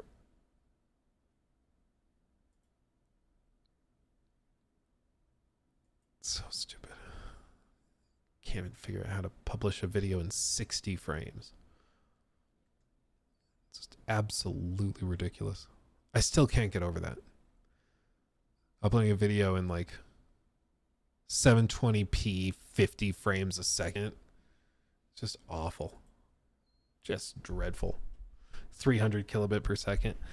Yeah, like again, if it was, that was the quality of the video was akin to what I would expect to see if you had like 50 subs and the video had 80 views, which everybody has to start somewhere, which is why I'd be like, now we can just look at the content, we'll ignore and we'll hand wave away the technical side. But when you have almost 20 million subscribers and you are IGN, you don't get that pass. You're held to a higher standard. Like I would expect everything IGN does to be uploaded in 8K and at 120 frames. Upscale it. I don't care. I'd figure it out. But like, damn.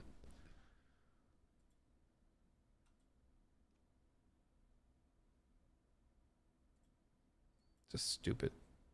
Luke's bullying little IGN again. Yeah, dude, for real. I'm so mean. I'm so mean. Okay.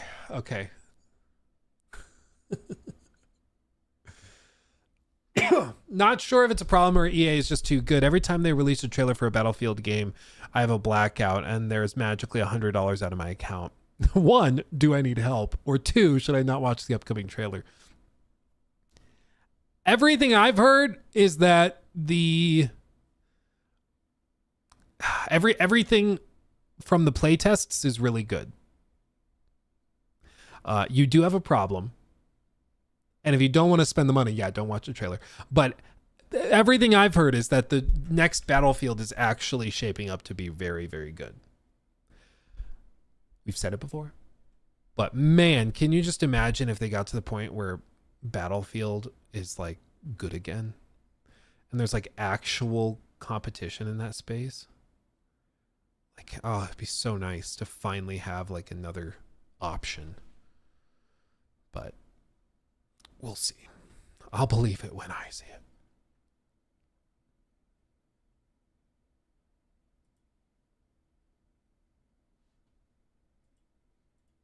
Man. Okay.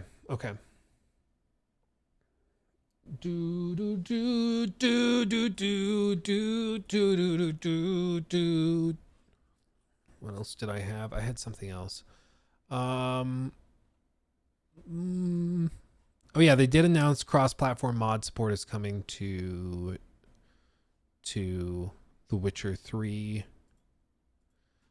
I think we'll save our predictions for the Xbox Showcase till next week. Maybe on Monday we go through, we predict SGF, we predict Xbox's Showcase stuff. Maybe we go through that. We could do that. I I think that makes sense. The one thing I will touch on real quick, new mini segment, is that Xbox's first-party handheld has allegedly been sidelined, and Microsoft is instead doubling down on Windows 11 PC gaming optimization. If you missed it last week, there was a couple of stories that dropped where they showcased how much better SteamOS was for performance in video games, on handhelds especially. And it was significant. It was like 10-15% improvements across the board, literally just OS differences. I think they were both installed on a Legion Go, and on the same hardware, SteamOS outperformed Windows, which is not how that should work. Like, SteamOS is running like a wrapper around the games to make them run on a Linux device. Like, it shouldn't work. It shouldn't work, but they figured out a way to do it somehow, and it runs better than Windows. So they've got to figure it out. They've got to have some sort of solution. And this, of course, comes after some of the leaks that came out, because there was a partnered device between ROG Ally, or Asus with their ROG Ally team. And this was the device that was rumored to be coming out. This is a mock-up. Leaked FCC pictures. The partner device with Asus, codenamed Keenan, which could be the start of a much bigger range of third-party Xbox hardware. Basically, they were going to have ROG develop the device, manufacture it, and stuff. But I think what they realized is, if they're just putting Windows on it, like, I have an ROG Ally. I like it a lot because it is Windows and it's flexible that way. You can just put Game Pass on it. You can put Ubisoft's launcher on it, whatever. It's not much of a headache. But with that comes a bunch of other headaches, because Windows 11 is not designed to be a handheld, like, portable OS. And when you use a Steam Deck after using it for a while, it's night and day, dude. Like, the Steam OS is just way more intuitive. It has way more just quality of life improvements and features for handhelds that just make it way easier to use. Even something as simple as putting the device to sleep while you have a game open works on the Steam Deck. Sometimes just straight up doesn't work on the ROG Ally. You'll press the power button, try to hibernate it, or sleep rather, and the device will just turn back on and drain the battery and just doesn't work. So they need to do a lot of work on it. And I think they realized that if they were to do it, it was just like, it wasn't going to be very good. Like, the old saying is that it's not a saying even, but Microsoft has a history of doing devices more for the PR side of things than for the actual product to be performant and do well. Like, oh, Apple is doing a phone. We got to do a phone now. Oh, Apple's doing like portable music players. Okay, well, we have the Zune too. You know, there's always got to be something, even if it's not going to be followed through on, even if they're not going to really push it. It's more because investors expect it and less because they actually want to beat out the main competitor. And I think in this case, they realized we're not going to beat the Steam Deck. You know, there's rumors already of a Steam Deck 2 coming out relatively soon. And so if they come out with a successor to the Steam Deck anywhere close to the Xbox handheld, it probably outperforms the Xbox handheld. And like, at that point, what are we doing? So I think they've just decided instead to do the groundwork first, get it set up so that they can be successful. And I think that's a good idea. Let's see. Yeah, so this is one of the things. So Microsoft has an Xbox showcase coming up on June 8th, where it will reveal the latest and greatest games from its vast content portfolio.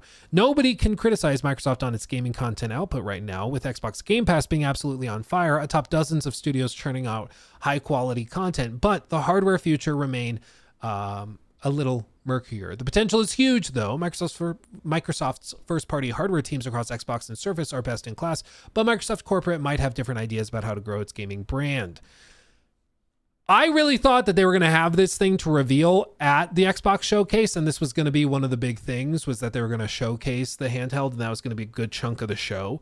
But now it seems like that's on hold. And I don't know when that decision was made. It might have been made 6 months ago. It might have been made last week as a result of these Steam findings, with SteamOS just crushing it. Who knows? I'm guessing it's been you know, made a little bit further back. But as you can see here, the hardware side is essentially finished. Tentatively, we believe this device is going to be among the first using AMD Z2 Extreme, but we are still working on solid confirmation for that.